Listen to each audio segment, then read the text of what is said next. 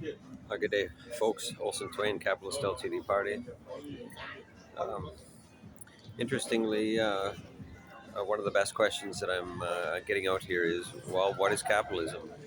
You're Olson, and you're standing for Capitalist LTD Party. So, how do you define capitalism? We'll look back to the roots of the word, and that'll give us a start. So, we all know capita, per of capita. Cap is the head, the human head that has taken uh, ownership in a niche of the economy or of the institutions of the global and national economies of the world. So we're going to find that some of them are surprising to us, but they exist. Some may be more common knowledge.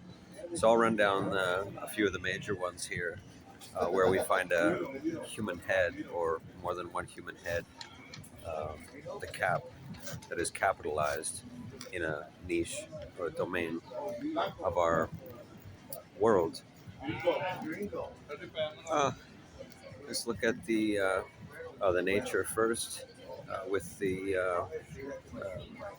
genetic modification of plants. You're finding uh, a bit of a thieves' tunnel into life itself. The thieves being those who claim to have a patent, to be worthy of patent for having manipulated the genes of uh, corn or any other fruit, vegetable, and so forth. And it's obviously not going to stop there. There's total disregard then for number one, the divine wilds that are one of the tributaries to the creation um,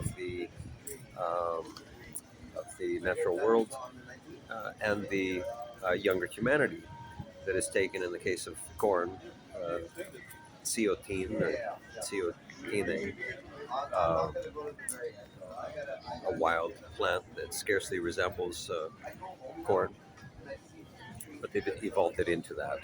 So their contributions are two into the natural world, and we're seeing that there is head, in the case of Monsanto or others, or Bayer, whatever they want to rebrand themselves as, that is situated in a superior position to claim ownership over life itself.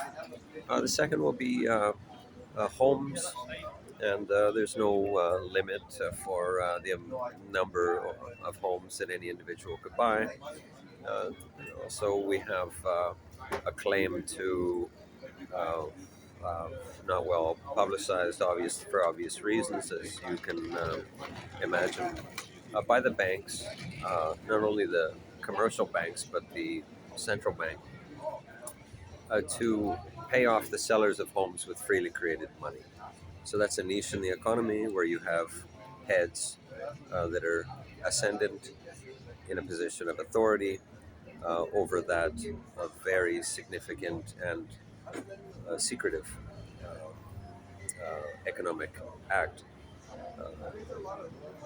In the times when housing in the macro Western worlds was still relatively affordable, and we knew something of the American dream, uh, as it was in many of the nations.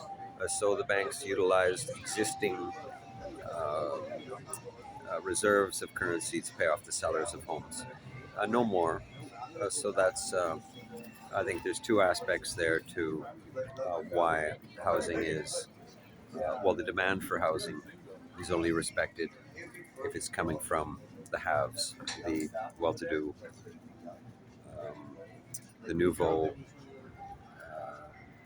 rich, or nouveau royals, as they are benefiting from the divine, quasi-divine uh, capacity to create infinite, unchecked, and secretive amounts of money to pay off the sellers of homes, for one. Another area where we have capitalist extremism is in the military.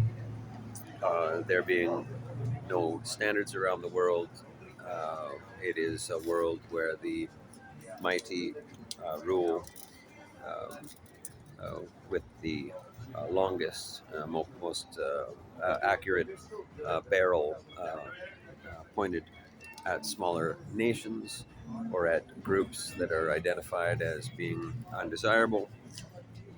And there are uh, billions made by arms manufacturers and their investors to in maintaining of an ever increasing supply uh, of ever more lethal uh, weapons to military bases around the world to extinguish life in so many places. So we have a head, the human heads that are in these corporations or in these war departments and so forth that are, um, as we will see when we see the constitutionally developed world and how all nations are equal in their contribution and reception of national security.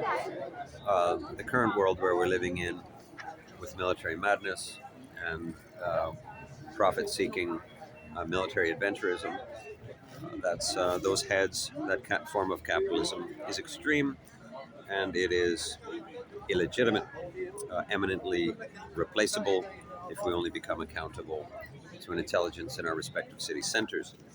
So, moving along with what capitalism is, because we have to look at the niches where we find human heads above the activity, political and economic, in our world, we see that there are really no trade rules in the world.